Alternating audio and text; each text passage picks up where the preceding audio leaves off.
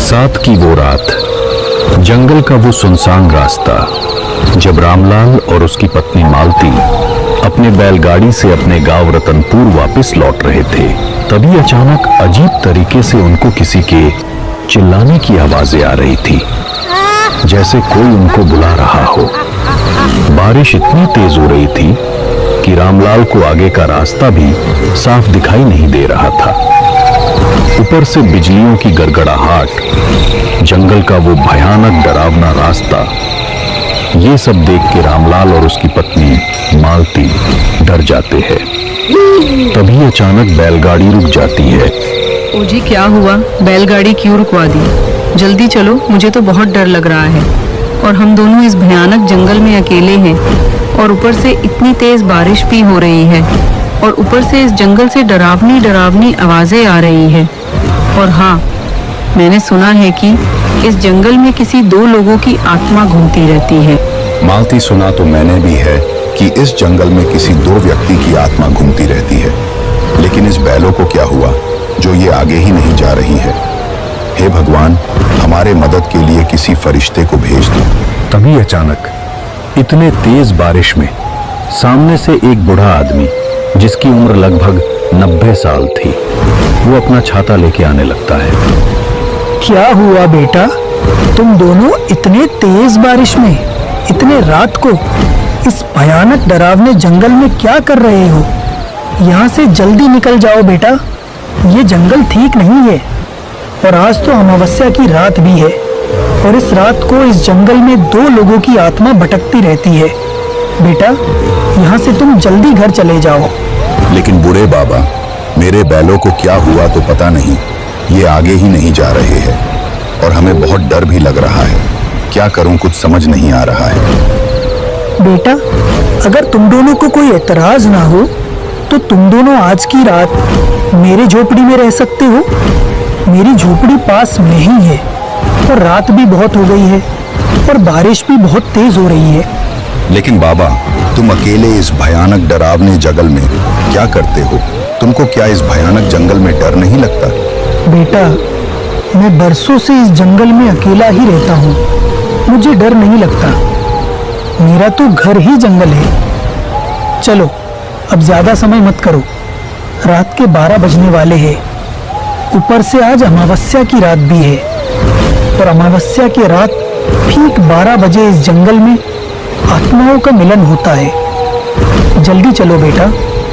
थोड़ी देर बाद रामलाल और उसकी पत्नी मालती उस बूढ़े इंसान के झोपड़ी में पहुंच जाते हैं। बेटा, तुम दोनों बहुत थक गए होंगे, अब तुम दोनों आराम करो।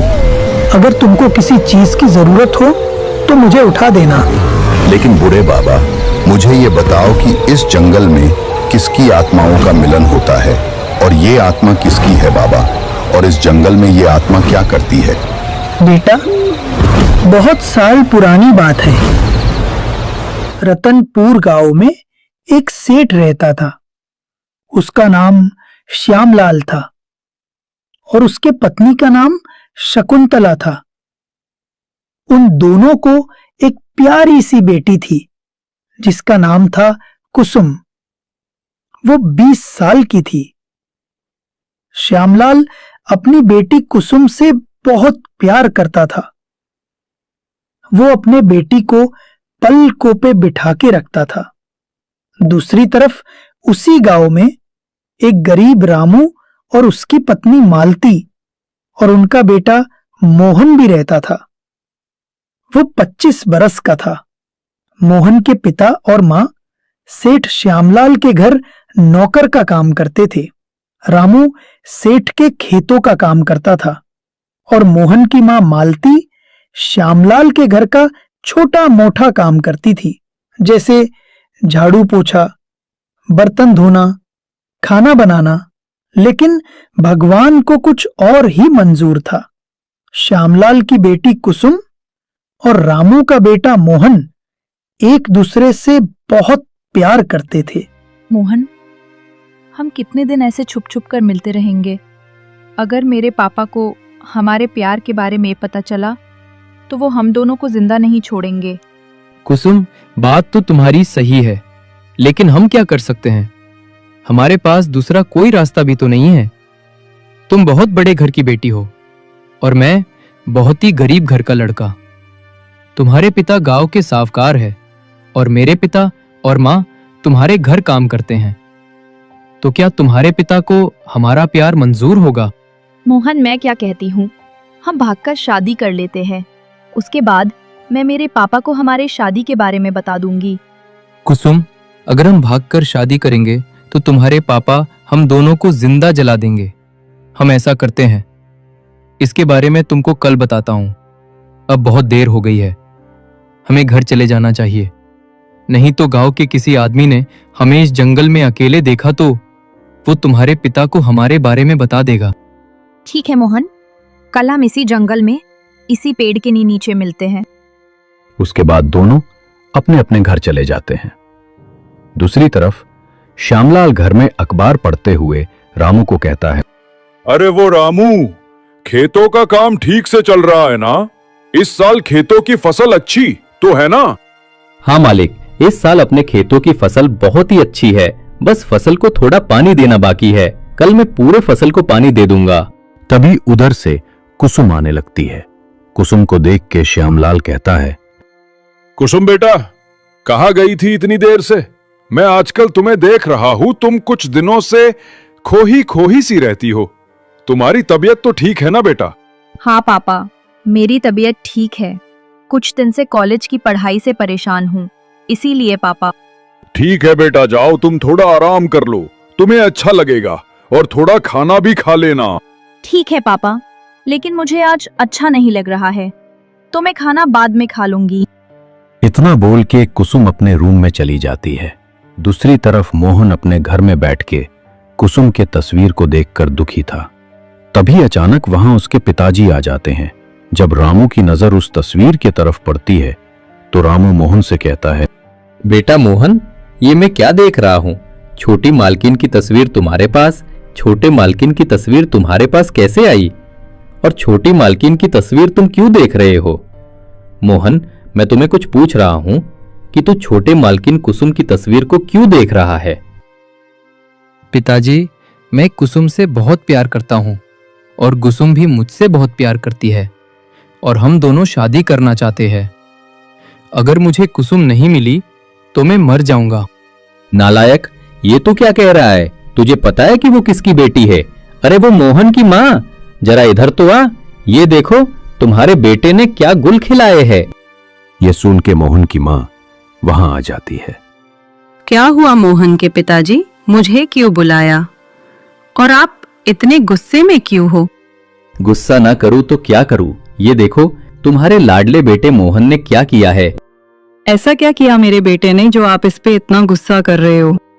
अरे वो मोहन की माँ, तुम्हारा बेटा और शेठ जी की बेटी एक दूसरे से प्यार करते हैं और ये बोल रहा है कि ये शेठ जी की बेटी से शादी करना चाहता है। इसने तो मुझे कहीं का नहीं छोड़ा। अगर शेठ जी को ये पता चला कि मोहन छोटी मालकिन से प्यार करता है तो शेठ जी इसको जिंदा नहीं छोड़ेंगे। मोहन बेटा, तुम्हारे पिताजी जो कह रहे हैं ये क्या सच है? क्या तुम सच में शेठ जी के बेटी से प्यार करता है? अगर ऐसा है तो तू छोटी मालकिन को भूल जाओ।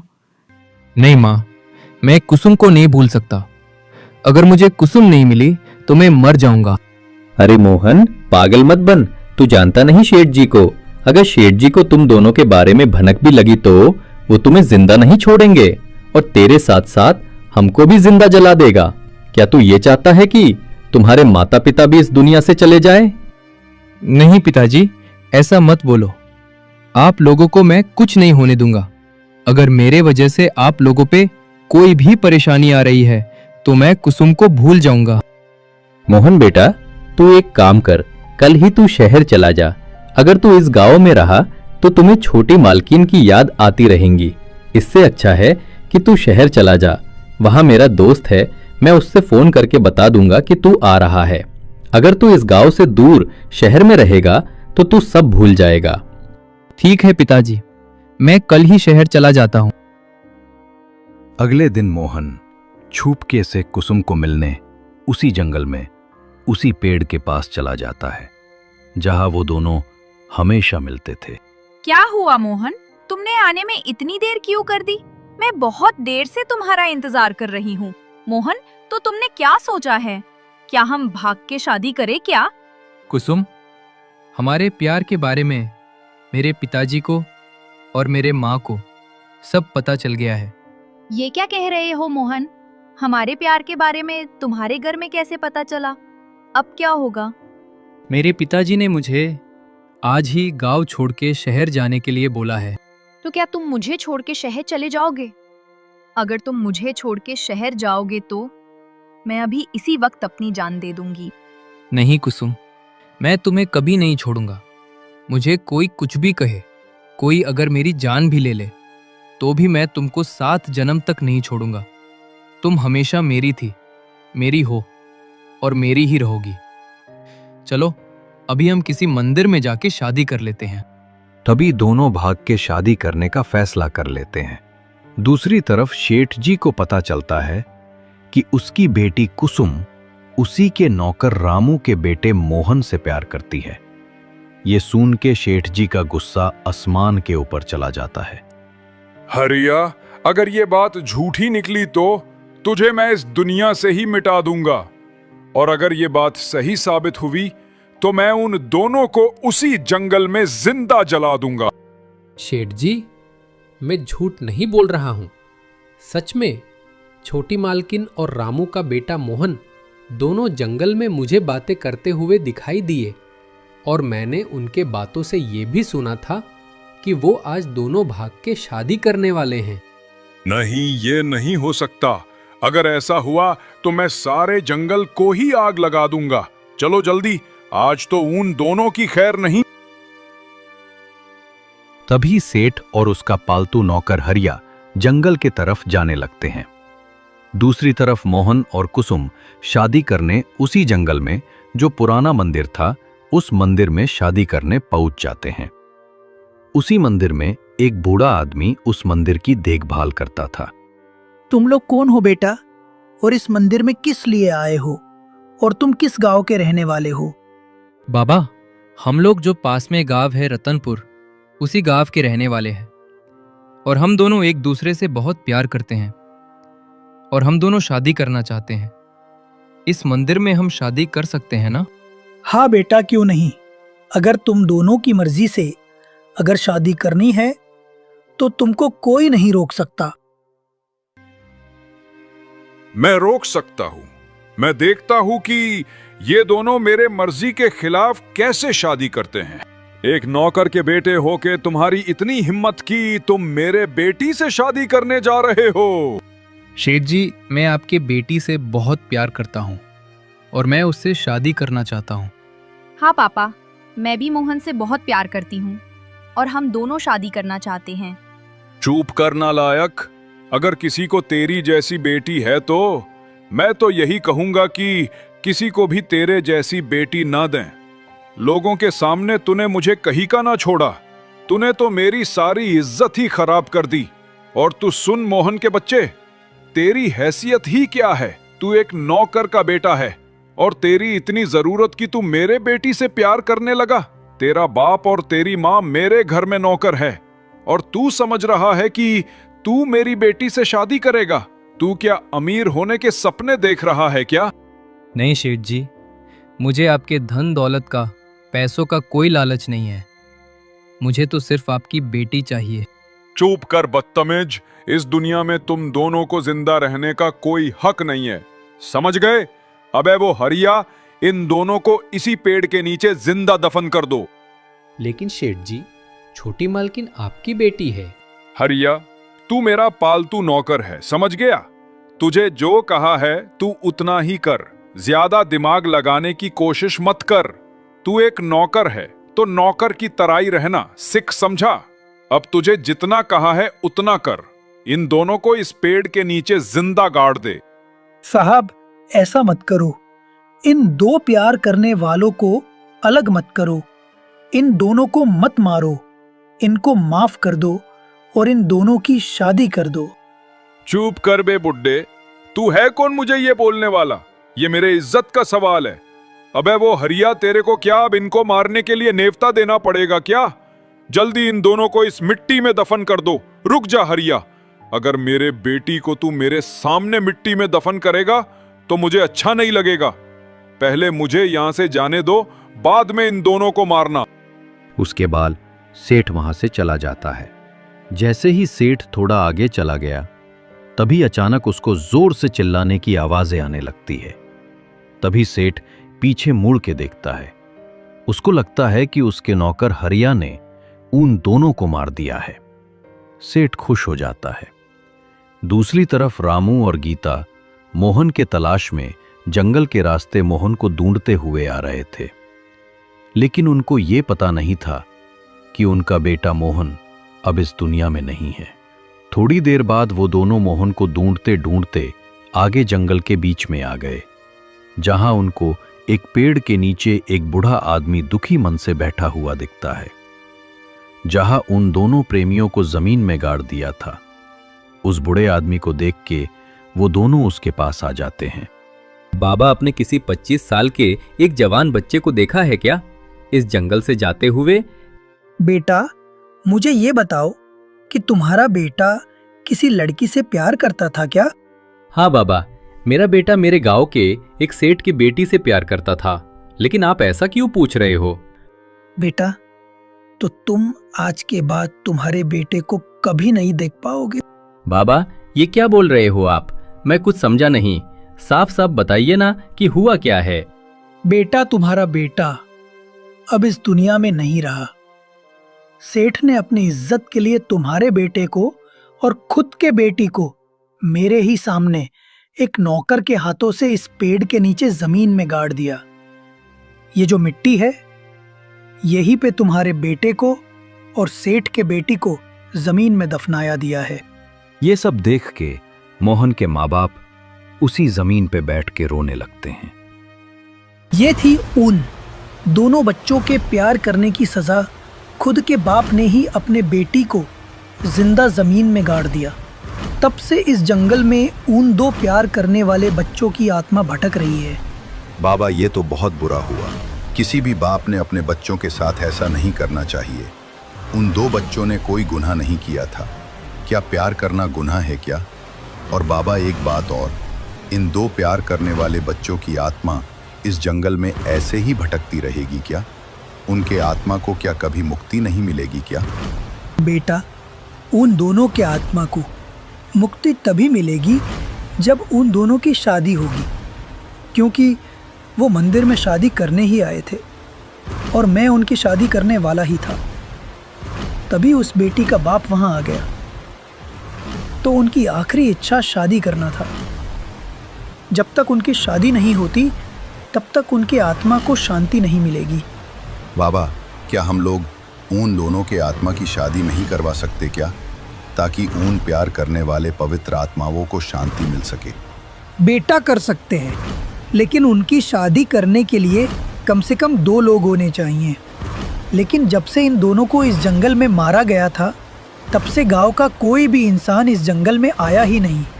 इसीलिए इनकी शादी नहीं हो पा रही थी और मैं भी अकेला ही था, इसीलिए मैं उन दोनों की शादी नहीं कर पाया। लेकिन आज तुम दोनों और मैं एक करके 3 लोग हो जाते हैं। अब हम उनकी शादी करके उन 2 प्रेमी के आत्माओं को शांति दे सकते हैं। तो बाबा, अब हमें क्या करना होगा उनकी शादी करने के लिए? ज़्यादा कुछ करने की ज़रूरत नहीं है। कल हम उसी पेड़ के पास जाएंगे जहां उन दोनों के शरीर को दफनाया था, और उसी मिट्टी के ऊपर हमको 2 फूलों की माला, एक मंगलसूत्र, एक कुमकुम की पुड़िया, इतना सामान रखना होगा। जैसे ही हम ये सब वहाँ रखेंगे, तब उन दोनों की आत्माओं को शांति मिलेगी। अगले दिन सुबह तीनों उस पेड़ के पास जाते हैं। उसके बाद बूढ़े बाबा उस मिट्टी के ऊपर जहां उन दोनों को दफनाया था, उस मिट्टी के ऊपर सभी सामान रख देते हैं। जैसे ही सामान रखा गया, तभी वहां एक बहुत बड़ा उजाला होता है और आवाज आती है, बाबा, आपका बहुत बहुत धन्यवाद जो आप लोगों ने हमारी मरने के बाद भी शादी करवा दी, हमारी आखिरी इच्छा पूरी कर दी। अब हम दोनों को शांति मिल गई है। अब हम दोनों हमेशा के लिए इस जंगल को छोड़ के जा रहे हैं। आखिरकार दो प्यार करने वाले आत्माओं को बहुत सालों बाद शांति मिल गई। इस कहानी से हमको ये सीख मिलती है कि जब तक इंसान की मन की इच्छा किसी चीज में रहती है और जब तक वो चीज उसको मिलती नहीं, तब तक उस इंसान के आत्मा को शांति नहीं मिलती।